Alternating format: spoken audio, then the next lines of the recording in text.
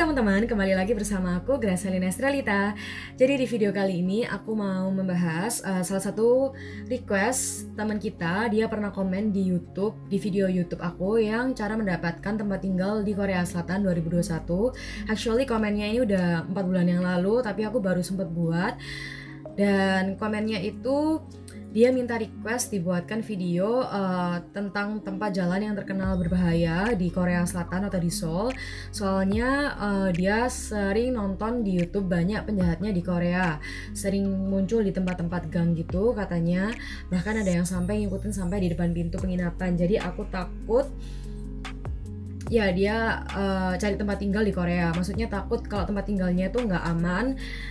Jadi dia minta tolong untuk info ke tempat penginapan yang aman di sekitar Seoul.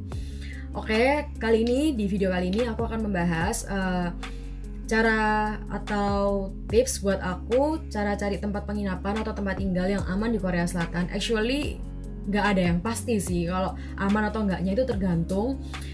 Dan aku mau bahas di Korea itu aman nggak sih untuk kita tinggal sendirian atau gimana, berdasarkan pengalaman aku pribadi selama aku tinggal di Korea Selatan. Nah oke, langsung aja. Tips untuk cari tempat tinggal yang aman menurut pengalaman aku. Sebenarnya dari pendapatku pribadi, dimanapun kita berada, di negara manapun, entah itu Indonesia atau Korea atau di Eropa, Amerika, Australia dan lain sebagainya, kita nggak bisa menghindari yang namanya kejahatan.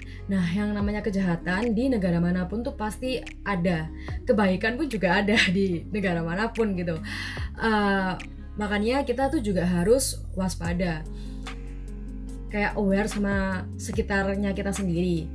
Nah, meskipun aku udah share ke kalian cara atau tips cari tempat tinggal yang aman, belum tentu kalian bakal terhindar dari kejahatan. Jadi ya memang tetap harus berhati-hati. Di Indonesia pun, di negara sendiri pun kita juga harus berhati-hati kan. Sama halnya di negara luar pun ya kita tetap harus berhati-hati. Intinya dimanapun kejahatan itu pasti ada. Nah, kalau dari tips aku, biasanya aku cari tempat tinggal itu yang gimana ya, nggak mau terlalu jauh dari keramaian. Kalau terlalu ramai itu pun juga nggak enak. Misalnya kalau di daerah stasiun, kalau di Silimyok itu di daerah tempat tinggal aku, di dekat stasiun tuh banyak orang yang minum-minum atau kayak barbar gitu. Jadi memang kurang nyaman sih kalau tinggal di dekat stasiun. Nah jadi kalau agak jauhan sedikit, mungkin 10 menitan atau 15 menitan dari stasiun itu mungkin baru oke. Tapi tergantung lagi daerahnya pun. Kadang kalau di dekat stasiun ya nggak terlalu rame, tapi pasti daerahnya tuh lebih kayak apa ya, dekatnya jalan raya gitu. Dan memang sih biasanya itu lebih mahal, tapi biasanya lebih jelek juga. Ada yang bagus tapi mungkin lebih mahal. Intinya itu biasanya kalau di dekat stasiun harganya pasti lebih mahal. Nah kalau mau cari yang lebih murahan dikit, agak jauh dari stasiun tuh biasanya 10 menitan, 15 menitan, ada yang 25 menitan. Dekat stasiun atau nggak dekat stasiun itu sama aja, sama-sama bisa berbahayanya atau sama-sama pasti bisa terjadi kejahatan. Tapi kalau aku pribadi, aku lebih senang cari tempat tinggal yang nggak terlalu jauh dari keramaian. Terutama cari tempat tinggal yang deket convenience store. Karena kenapa? Karena kalau menurut aku, kalau kita tinggal di daerah perumahan gitu, deket convenience store, misalnya 7-Eleven, CU, atau mini stop dan lain sebagainya, biasanya mereka itu buka 24 jam. Jadi kalau misalnya di Korea kan terkenal banyak stalker atau kayak penguntit gitu. Kalau misalnya kamu merasa diikutin atau misalnya aku merasa diikutin, pasti aku nggak akan pulang rumah langsung. Jadi aku pasti akan mampir ke tempat, ya salah satunya convenience store yang buka 24 jam. Itu sih. Atau nggak harus convenience store lah, pokoknya kayak tempat makan atau apapun yang bukanya 24 jam. Terus kayak di Korea itu memang sih ada beberapa kayak daerah perumahan yang gimana ya, kayak agak gelap gitu loh gang-gangnya. Jadi kayak agak masuk gitu, gang-gang kecil kan banyak di sana. Di Korea tuh banyak gang-gang kecil kayak perumahan gitu. Terus sekarang tuh kayak ada gelap, agak gelap, nggak ada lampunya. Ya Memang sih waktu kita cari one room kita kurang bisa tahu suasana malam di daerah tempat tinggal tersebut. Karena biasanya waktu kita ke Budongsan cari tempat tinggal itu biasanya kan di sore hari atau di siang hari, which is masih terang. Tapi kalau misalnya kita benar-benar penasaran suasana malam di daerah tersebut itu seperti apa, bisa sekali coba cek suasana malam di daerah tempat tinggal tersebut. Oh, kira-kira seperti ini toh suasana malam di daerah tempat tinggal ini. Aman nggak kira-kira atau berbahaya nggak kira-kira buat kita pribadi, menurut kita pribadi. Tapi kalau misalnya hal itu terlalu ribet dilakukan, menurut aku ya paling gampangnya cari tempat tinggal yang deket convenience store yang 24 jam atau deket tempat makan atau restoran yang 24 jam. Karena paling amannya sih menurut aku convenience store 24 jam. Karena kenapa? Kadang restoran kan bisa tutup. Tapi kalau convenience store biasanya kan selalu buka 24 jam gitu. Dan gini, menurut aku juga kalau misalnya aku sampai diikutin sama penjahat atau stalker gitu waktu jalan pulang ke rumah, nggak mungkin kan aku kayak gedor-gedor pintu rumah tetangga terus minta sembunyi di sana atau minta diselamatin. Dan pasti kan kita kayak diem gitu loh waktu diikutin, untuk teriak pun juga kayak takut kan. Jadi pelarian yang paling kayak mudah, yang paling aman itu menurut aku ya aku lari ke convenience store yang 24 jam di sana. Terus baru kalau misalnya udah nggak diikutin atau baru udah kalau misalnya pengikutnya udah pergi, baru aku balik jalan lagi ke tempat tinggal aku. Atau misalnya kalau sampai dia apa-apain pun ada orang atau ada part timer yang di convenience store tersebut kan, jadi kita bisa minta tolong orang tersebut. Dan gini, kan dibilangnya juga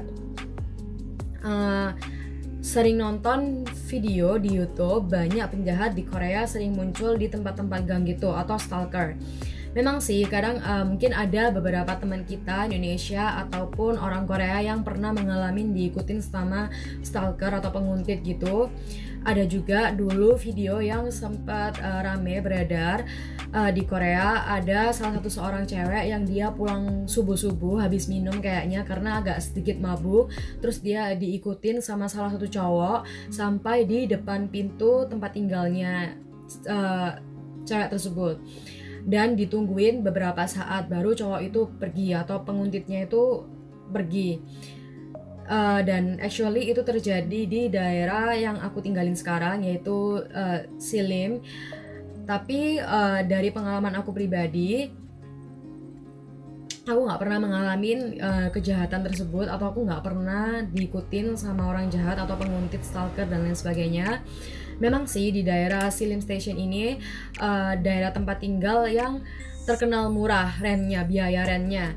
Tapi di sini tuh di daerah Silim Station banyak juga bar-bar, tempat-tempat minum. Jadi biasanya kalau weekend, Jumat, Sabtu, Minggu, banyak anak-anak muda yang pada minum-minum. Terus biasanya sampai muntah-muntah, sampai mati gitu anggapannya, maksudnya sampai nggak sadar diri, itu ada banyak di sini. Tapi sampai saat ini syukurlah aku nggak pernah mengalami kayak kejahatan ataupun pelecehan dan lain sebagainya, apalagi diikutin. Aku sendiri pun biasanya hampir tiap hari itu pulang malam. Jadi aku biasanya sampai di Silim Station itu sampai jam setengah 12 malam itu biasanya baru sampai, terus belum jalan kaki 15 menitan ke tempat tinggal aku. Itu aku nggak pernah mengalami kejahatan sama sekali. Terus aku juga udah tanya beberapa teman aku, Songsa ini orang Korea, dia bilang sih misalnya jarang banget sih ada kayak kejahatan atau penguntit kayak gitu. Mungkin kalau misalnya cewek itu terlihat cantik banget bisa terjadi, tapi sebenarnya mereka jarang banget sih dengar yang kayak gitu. Mereka juga kayak jarang banget mengalami hal seperti itu, bahkan nggak pernah. Tapi mungkin beberapa dari teman-teman kita pernah mengalami hal tersebut. Jadi misalnya kalau teman-teman tanya, Kak tinggal di Korea itu aman nggak sih untuk tinggal sendiri? Kalau menurut aku pribadi tinggal di Korea itu cukup aman untuk tinggal sendiri. Apalagi di sini itu transportasinya tuh benar-benar mendukung. Walaupun aku jalan kaki, sering jalan kaki pulang ke rumah sampai malam-malam jam setengah 12 dan lain sebagainya, itu aku kayak merasa aman gitu loh, merasa safe banget. Dan syukurlah nggak minta juga, aku nggak pernah diikutin sama stalker atau nggak pernah dijahatin. Dan jujur aja, walaupun aku di negara sendiri di Indonesia, di kota Surabaya, kadang aku kuliah atau kerja itu naik kendaraan pribadi, naik mobil. Dulu SMA aku naik sepeda motor, dan aku di kota Surabaya itu sempat dari SMA sampai kuliah tinggal sendiri di rumah karena orang tuaku juga kerja di luar pulau. Itu kadang itu aku masih merasa nggak aman, walaupun aku sehari-harinya tuh naik mobil atau naik sepeda motor. Di dalam mobil pun aku kadang merasa masih nggak aman. Tapi bisa bandingin lah ya, aku di Korea tuh jalan kaki, nggak ada kendaraan apa-apa. Tapi di sini aku walaupun jalan kaki aja aku merasa cukup aman gitu. Dan kembali lagi yang seperti aku bicarakan di awal, dimanapun kejahatan itu bisa pasti terjadi, kita nggak bisa menghindari. Kalau misalnya anggapannya gini, kalau kita udah apes ya apes gitu, tapi memang kita harus hati-hati dimanapun kita berada. Kita tetap harus hati-hati, sama orang asing pun kita harus hati-hati, bahkan sama teman sendiri, kadang sama roommate sendiri kita juga harus hati-hati. Intinya jangan terlalu percaya sama orang lain. Kadang teman sendiri pun bisa lebih jahat daripada orang asing. Ya kan? Itu aja